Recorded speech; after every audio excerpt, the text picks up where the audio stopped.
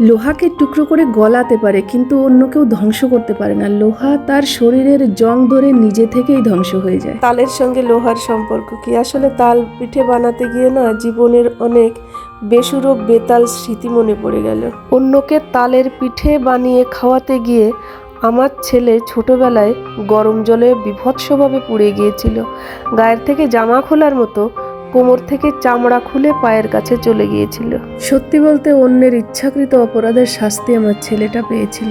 ছেলের অসহ্য যন্ত্রণা দেখে কান্না করা ছাড়া প্রতিবাদ করার মতন সাহস, ভাষা তখন কোনোটাই আমার ছিল না। ভালো চিকিৎসার অভাবে ছেলের গায়ে পচন ধরে দুর্গন্ধ বেরিয়ে গিয়েছিল, পিঁপড়ে ধরে যেত, চিত হয়ে শুতে পারতো না। 3-4 মাস আমার বুকের উপর শুয়ে রেখেছি।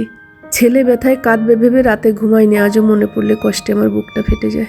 কখনো সামাজিক, কখনো ব্যক্তিগত, কখনো অর্থনৈতিক, কখনো মানসিক, কখনো শারীরিকভাবে জীবনভর অন্যের অপরাধের মাসুল আমাকে গুনতে হয়েছে। একটা সময় এলো যখন সব কিছু একপাশে রেখে আমার জীবনে শুধু একটাই উদ্দেশ্য হয়ে উঠল, কি করে আমার ছেলেটাকে বাঁচাবো, কি করে আমার ছেলেকে সুস্থ রাখবো। চেনা গলি ছেড়ে অচেনা গলিতে হেঁটেছি, কিন্তু দুর্ভাগ্য আমার পিছু ছাড়েনি। হাজারো কষ্টের মাঝে আমি কখনো আমার ছেলেকে খাওয়া পড়ার অভাব বুঝতে দেইনি। সাধ্যের বাইরে গিয়ে আমি ওর সব চাওয়া পূরণ করেছি। পাশে থেকেছি ওর যখন যা চেয়েছে, যা করতে চেয়েছে। এখন ছেলে আমার বড় হয়েছে, ইনকাম করতে শিখেছে, বিয়ে করেছে, সংসার হয়েছে। ভগবানের কাছে শুধু একটাই প্রার্থনা, ও যেখানেই থাক সুস্থ থাক, জীবনে সুখী হোক। নদীর জল যতই নদীর কুল ছুঁয়ে থাক না কেন, নিজের অস্তিত্ব কত বড় জানতে বারবার ঢেউয়ের আকারে কুল ছেড়ে দূরে চলে যায়। যখন কিনার না পায় তখন যদি ফিরতে মন চায়, অনেক বড় ঢেউয়ের আকারে নদীর কূলে এসে আছড়ে পড়ে। তখন কি হয়?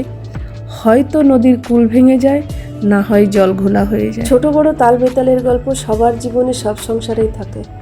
তার মাঝে কারো কারো গল্প কিছুটা ব্যতিক্রম হয়, যেমন আমার জীবনের গল্প। 6ষ্ঠ শ্রেণীতে পড়ার সময় আমার বিয়ে হয়েছে, 7ম 8ম শ্রেণীর বয়সে আমার ছেলে হয়েছে। আমার জীবনের সব কিছুই আমি সময়ের আগে পেয়েছি, যেখানে ব্যর্থতা ছাড়া সফলতা ছিল না। যে বয়সে মাথায় দুটো বিনুনি করে সব মেয়েরা স্কুলে যায়, সেই বয়সে আমাকে সন্তান সংসার সামলাতে হয়েছে। কর্মসূত্রে মা বাবা বাড়ির বাইরে থাকার কারণে দায়িত্ব কর্তব্য বোধটা খুব ছোটবেলাতেই আমার মধ্যে এসেছে। নিজের ভালো মন্দ বোঝার আগে সবার জন্য কোনটা ভালো মন্দ সেটা আমার বুঝতে শিখতে হয়েছে। জীবনে চলার পথে না কাছের মানুষদের থেকে পাওয়া অপমান, লাঞ্ছনা, বদনাম, অবহেলায় কখন যেন একা একাই চলতে শিখে গেছে। হয়তো এই কারণে এই অভাবে কষ্টে থাকলেও সবাই ভেবে নেয় একা ঠিক ম্যানেজ করে নেবে। সমস্ত দায়িত্ব কর্তব্য একা সামলানোর পরেও কখন যেন সন্তানদের কাছে আমি শুধু ইচ্ছে পূরণের মা হয়েই রয়ে গেলাম।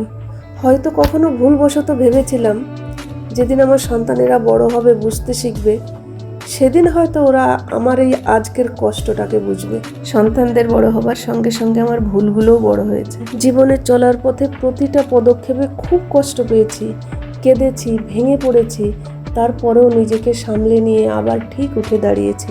এবার আর নিজেকে সামলাতে বোঝাতে পারছি না। মানুষ বাইরে সারা দুনিয়ার সাথে লড়ে জিতলেও, অন্যায় না থাকলেও ঘরে আপনজনের কাছে হেরে যায়। সবার কাছে ভালো থাকার ইচ্ছা, সবাইকে ভালো রাখার আপ্রাণ চেষ্টা করতে করতে আজ আমি ক্লান্ত।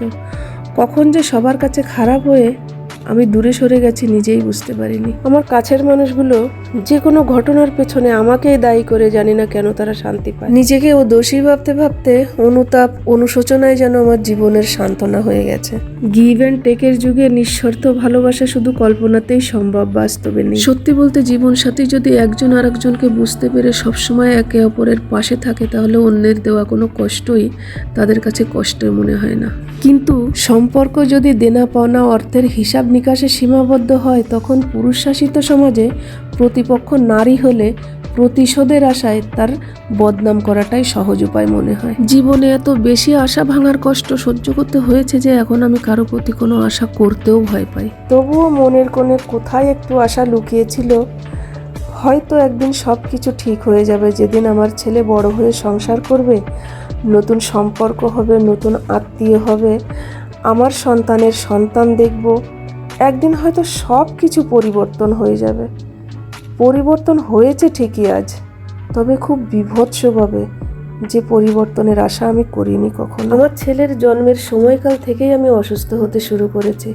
এখন বেশিরভাগ সময় খুব বেশি অসুস্থ থাকে। নিজের জীবনের অভিজ্ঞতা এবং চারপাশের পরিবেশ দেখে আমি প্রতিজ্ঞা করেছিলাম অন্যের ঘর থেকে আসা মানুষটাকে বোঝার আপ্রাণ চেষ্টা করব। শাশুড়ি কখনো হব না, মায়ের মতো বন্ধুর মতো মিলেমিশে চলবো। ভাগ্যের নির্মম পরিহাসে যেমন সময়ের আগে বউ মা হয়েছি, তেমনি সময়ের আগে বদনাম শাশুড়িও হয়ে গেছে। ছলনার মুখোশ চিনতে না পেরে নিজেই ফাঁদে পড়েছি। লোহা নিজের শরীরের জঙে ধ্বংস হয়ে নিঃশেষ হয়ে যায়। অন্যকে দোষ না দেওয়াই ভালো। তবুও মনে বারবার প্রশ্ন জাগে, আমার সব সিদ্ধান্তই কি ভুল ছিল, নাকি বিশ্বাস করাটাই আমার একমাত্র অপরাধ? তবে কি আমার মায়া মমতাকে ব্যবহার করাই অন্যের উদ্দেশ্য ছিল? হয়তো সময় একদিন সব প্রশ্নের উত্তর দিয়ে দেবে।